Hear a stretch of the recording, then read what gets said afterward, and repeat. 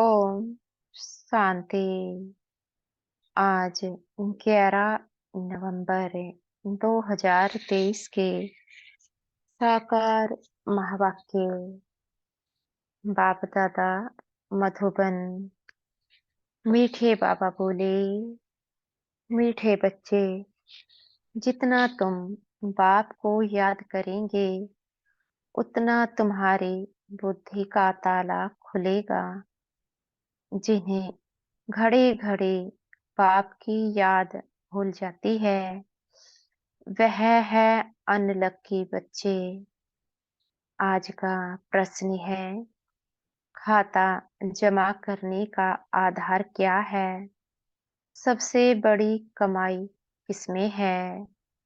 उत्तर देते हैं बाबा। खाता जमा होता है दान करने से। जितना तुम दूसरों को बाप का परिचय देंगे उतना आमदनी वृद्धि को पाती जाएगी। मुरली से तुम्हारी बहुत बड़ी कमाई होती है। यह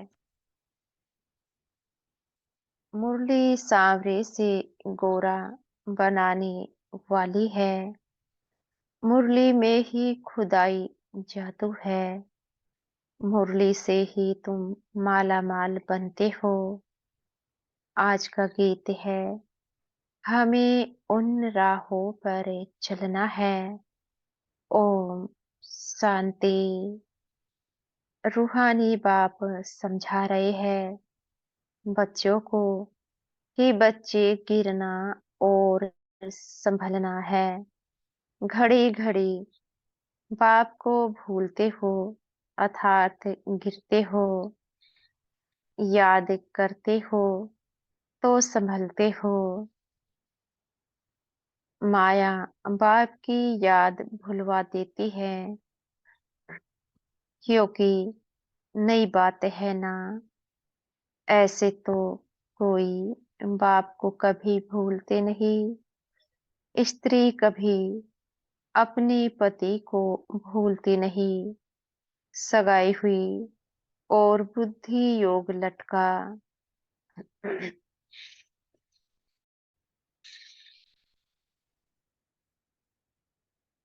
भूलने की बात नहीं होती। पति पति है, बाप बाप है।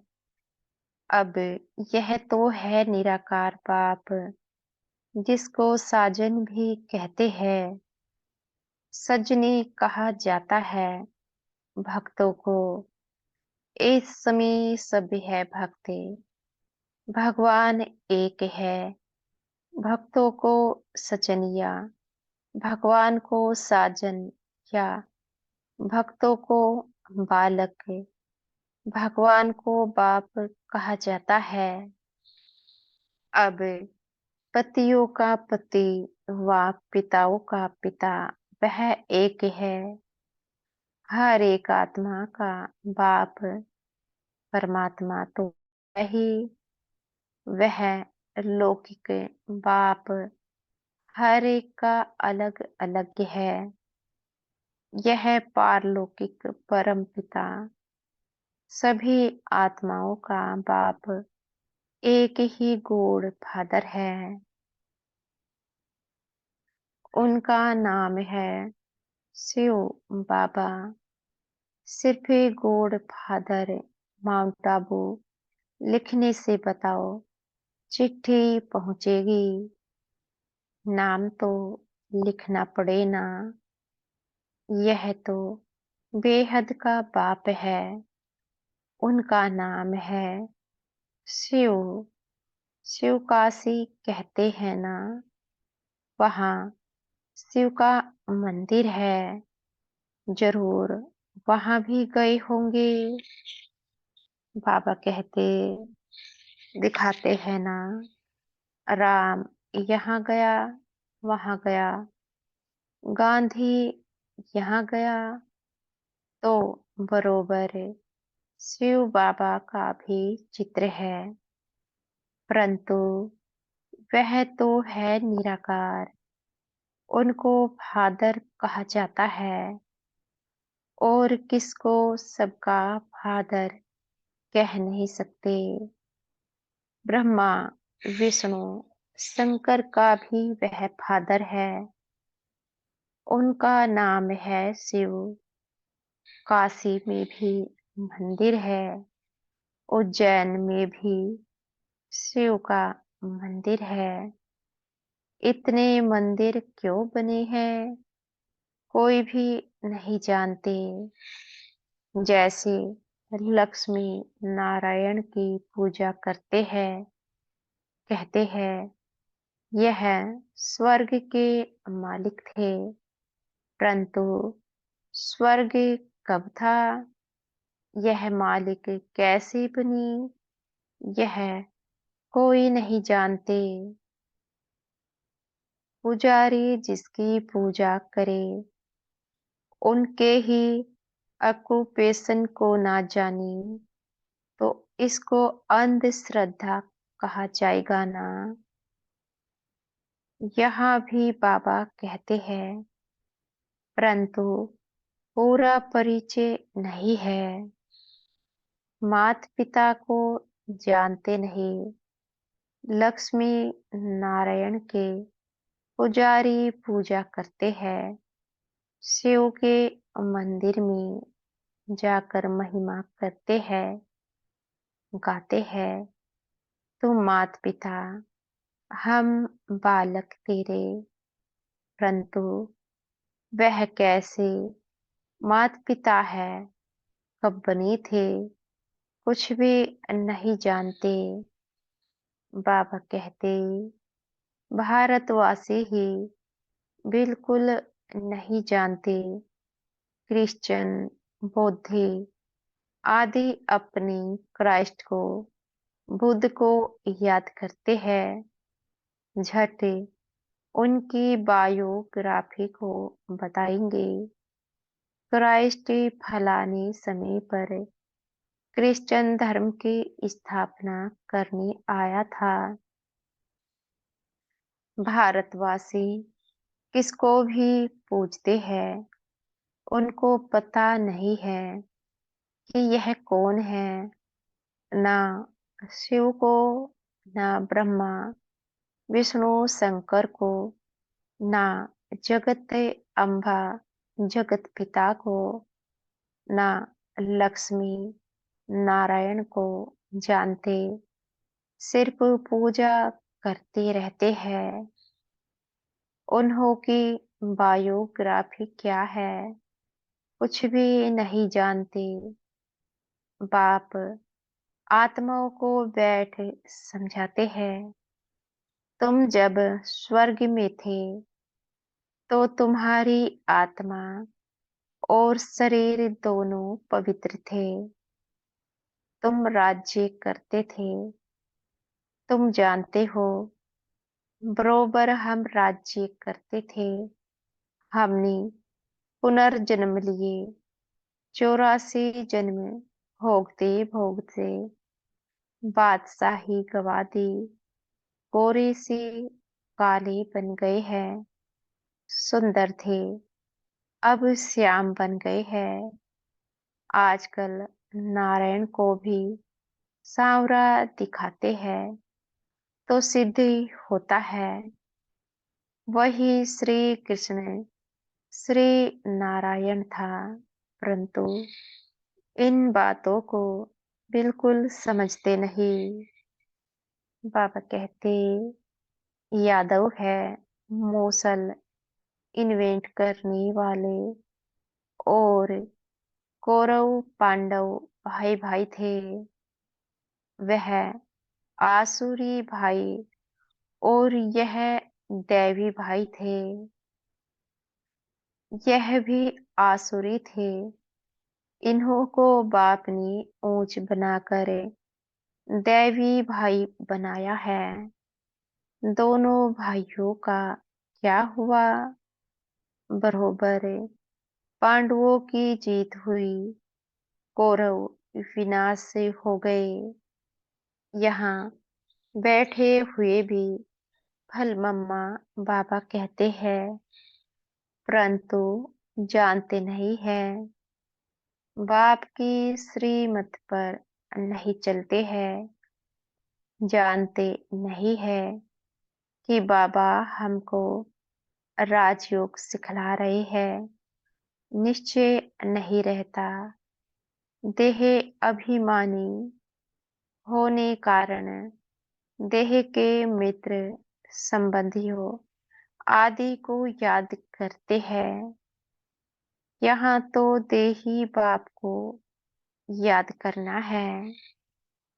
यह नई बातें हो गई। मनुष्य कोई समझा ना सके। यहाँ माता पिता के पास बैठे हुए भी उनको जानते नहीं। यह वंडर है ना। जन्म ही यहाँ हुआ, फिर भी जानते नहीं, क्योंकि निराकार है। बाबा कहते, उनको अच्छी रीति समझ नहीं सकते, उसके मत पर नहीं चलते, तो फिर आश्चर्यवत भागंती हो जाते हैं, जिससे स्वर्ग का 21 जन्मों का वर्षा मिलता है। उनको नहीं जानने से भाग जाते हैं। जो बाप को जानते हैं, उनको बख्तावर कहा जाता है। दुख से लिबरेट करने वाला तो एक ही बाप है। दुनिया में दुख तो बहुत है ना। यह है ही भ्रष्टाचारी राज्य। ड्रामा अनुसार फिर भी 5000 वर्ष बाद ऐसी ही भ्रष्टाचारी सृष्टि होगी। फिर बाप आकर सतयुगी श्रेष्ठाचारी स्वराज्य स्थापन करेंगे। तुम मनुष्य से देवता बनने आए हो। यह है मनुष्यों की दुनिया। देवताओं की दुनिया सतयुग में होती है। यहाँ है पतित मनुष्य। पावन देवताएं सतयुग में होते हैं। यह तुमको ही समझाया जाता है। जो तुम ब्राह्मण बने हो, जो ब्राह्मण बनते जाएंगे, उनको समझाते जाएंगे। सब तो ब्राह्मण नहीं बनेंगे।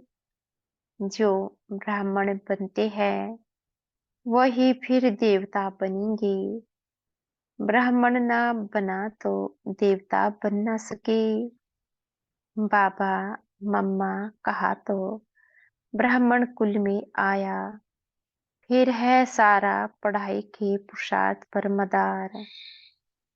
यह किंगडम स्थापन हो रही है और इब्राहिम, बुद्ध आदि कोई किंगडम स्थापन नहीं करते हैं। क्राइस्ट अकेला आया, किसी में प्रवेश कर क्रिश्चियन धर्म स्थापन किया। फिर जो क्रिश्चियन धर्म की आत्माएं ऊपर में है, वह आती रहती है। अभी सब क्रिश्चियंस की आत्माएं यहाँ है। अभी अंत में सबको वापस जाना है।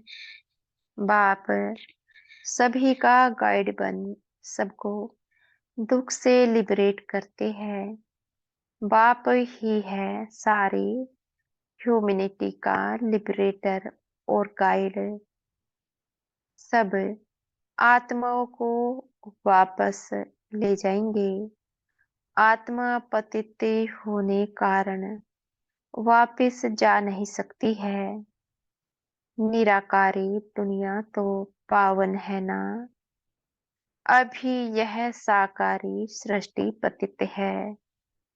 अब इन सबको पावन कौन बनाए, जो निराकारी दुनिया में जा सके। इसलिए बुलाते हैं, ओ गॉड फादर आओ।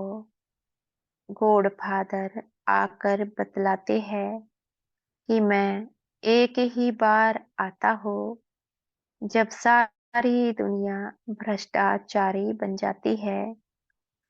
कितनी गोलियां बारूद आदि बनाते रहते हैं, एक दो को मारने के लिए। एक तो बॉम्ब्स बना रहे हैं, दूसरे फिर नेचुरल कैलेमिटीज, फ्लड्स, अर्थक्वेक आदि होगी। बिजली चमकेगी, बीमार पड़ जाएंगे, क्योंकि खाद तो बननी है ना। गंदगी ही खाद बनती है ना।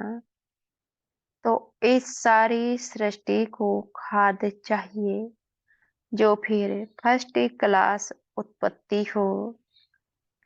सतयुग में सिर्फ भारत ही था, अब इतनी सबका विनाश होना है। बाप कहते हैं, मैं आकर दैवी राजधानी स्थापन करता हूँ और सभी खत्म हो जाएंगे, बाकी तुम स्वर्ग में जाएंगे। स्वर्ग तो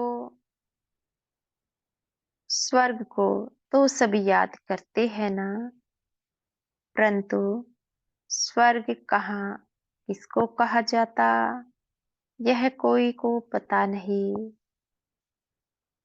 कोई भी मरेगा, कहेंगे स्वर्गवासी हुआ। अरे कलयुग में जो मरेंगे तो जरूर पुनर्जन्म कलयुग में ही लेंगे ना। इतना भी अक्ल कोई में नहीं है। डॉक्टर ऑफ फिलोसॉफी आदि नाम रखाते हैं, समझते कुछ नहीं। मनुष्य मंदिर में रहने वाले थे, वह है क्षीर सागर, यह है विषय सागर। यह सब बातें बाप ही समझाते हैं। पढ़ाएंगे तो मनुष्यों को, जानवर को तो नहीं पढ़ाएंगे। बाप समझाते हैं, यह ड्रामा बना हुआ है। जैसा साहूकार मनुष्य वैसा फर्नीचर होगा।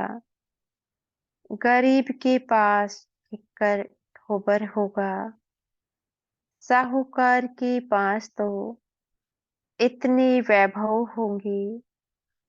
तुम सतयुग में साहूकार बनते हो तो तुम्हारे हीरे जवाहरों के महल होते हैं।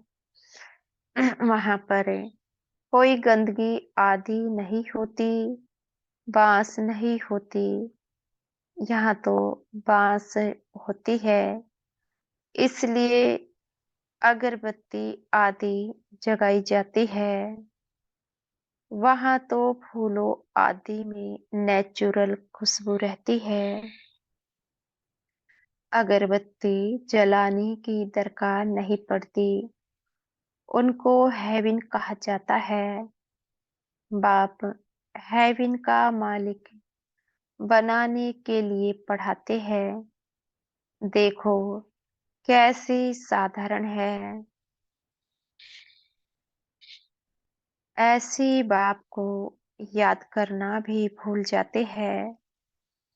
निश्चय पूरा नहीं तो भूल जाते हैं, जिससे स्वर्ग का वर्षा मिलता है। ऐसे माता पिता को भूल जाना कैसी बदकिस्मती है। बाप आकर ऊंचते ऊंच बनाते हैं। ऐसे माता पिता की मत पर ना चले तो 100% मोस्ट अनलक्की कहेंगे। नंबरवार तो होंगे ना।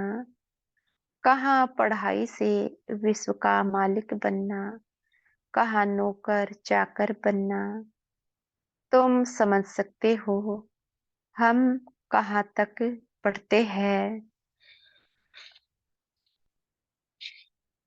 बाबा कहते, वहां सिर्फ धर्म पिताए आते हैं धर्म स्थापन करने।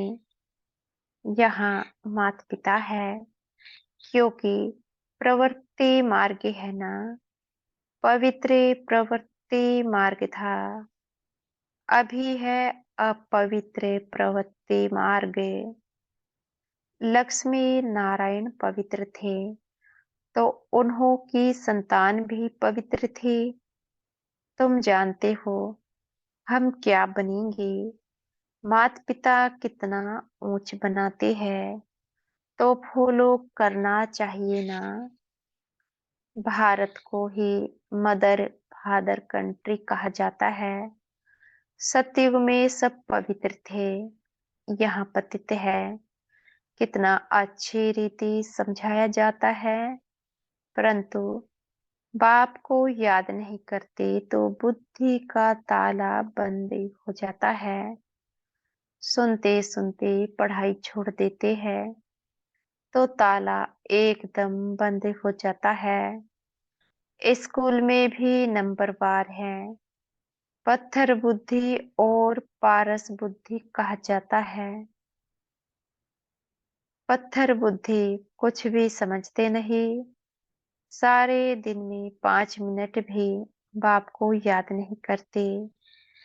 5 मिनट याद करेंगे तो इतना ही ताला खुलेगा, जास्ती याद करेंगे तो अच्छी रीति ताला खुल जाएगा।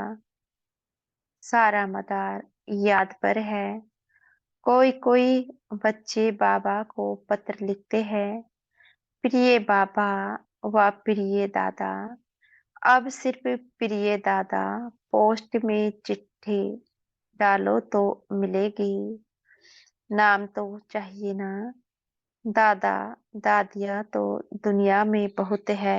अच्छा, आज दीपावली है, दीपावली पर नया खाता रखते हैं। तुम सच्चे सच्चे ब्राह्मण हो।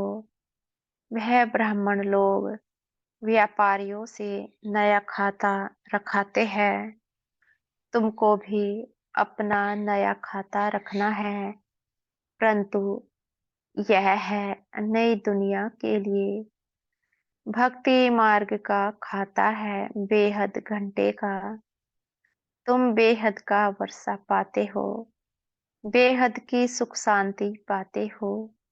यह बेहद की बातें बेहद का बाप बैठ समझाते हैं, और बेहद का सुख पाने वाले बच्चे ही यह सब समझ सकते हैं। बाप के पास कोटों में कोई ही आते हैं, चलते चलते कमाई में घाटा पड़ता है तो जो जमा किया है वह भी ना हो जाती है। तुम्हारा खाता वृद्धि को तब पाता है जब कोई को दान देते हो। दान नहीं देते हो तो आमदनी की वृद्धि नहीं होती है। तुम पुरुषार्थ करते हो, आमदनी की वृद्धि हो। वह तब होगी जब किसको दान करेंगे, फायदा प्राप्त कराएंगे। कोई को बाप का परिचय दिया, गोया जमा हुआ। परिचय नहीं देते हो तो जमा भी नहीं होता है। तुम्हारी कमाई बहुत बहुत बड़ी है, मुरली से तुम्हारी सच्ची कमाई होती है। सिर्फ यह मालूम पड़ जाए कि मुरली किसकी है, यह भी तुम बच्चे जानते हो। जो सांवरे बन गए हैं उन्हों को ही गोरा बनने के लिए मुरली सुननी है। मुरली तेरी में है जादू, खुदाई जादू कहते हैं ना, तो इस मुरली में खुदाई जादू है। यह ज्ञान भी तुमको अभी है, देवताओं में यह ज्ञान नहीं था। जब उनमें ही ज्ञान नहीं था, तो पिछाड़ी वालों में ज्ञान कैसे हो सकता। शास्त्र आदि भी जो बाद में बनते हैं, वह सब खत्म हो जाएंगे। तुम्हारी यह सच्ची गीताएं तो बहुत थोड़ी है। दुनिया में तो वह गीताएं लाखों की अंदाज में होगी। वास्तव में यह चित्र ही सच्ची गीता है। उससे गीता से इतना नहीं समझ सकेंगे जितना इन चित्रों से समझ सकेंगे।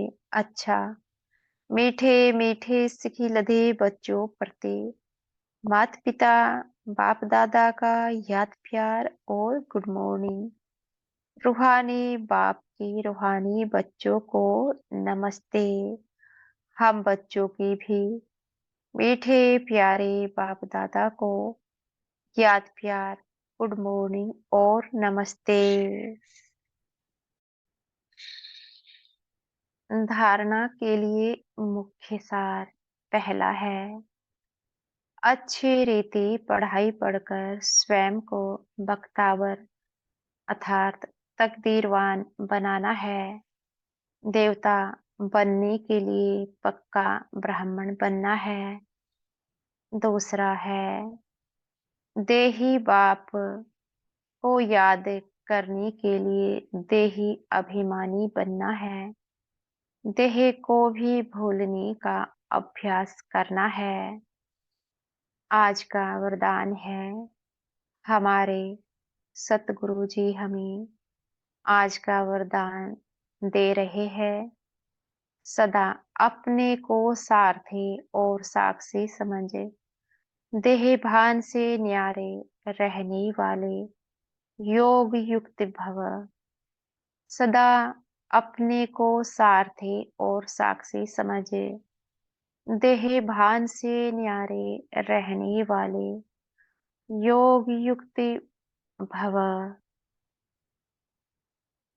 योग युक्त रहने की सरल विधि है, सदा अपने को सारथी और साक्षी समझकर चलना। इस रथ को चलाने वाली हम आत्मा सारथी है। यह स्मृति स्वतः इस रथ अथवा देह से व किसी भी प्रकार के देह भान से न्यारा बना देती है। देह भान नहीं तो सहज योग युक्त बन जाते और हर कर्म भी युक्ति युक्ति होता है। स्वयं को सारथी समझने से सर्व कर्मेंद्रियां अपने कंट्रोल में रहती है। वह किसी भी कर्मेंद्रिय के वश से नहीं हो सकते। आज का स्लोगन है, विजयी आत्मा बनना है तो अटेंशन और अभ्यास, इसे निजी संस्कार बना लो। विजयी आत्मा बनना है तो अटेंशन और अभ्यास, इसे निजी संस्कार बना लो। अच्छा, ओम शांति। शुक्रिया हमारे मीठे प्यारे बाप दादा का, बहुत बहुत शुक्रिया। ओम शांति।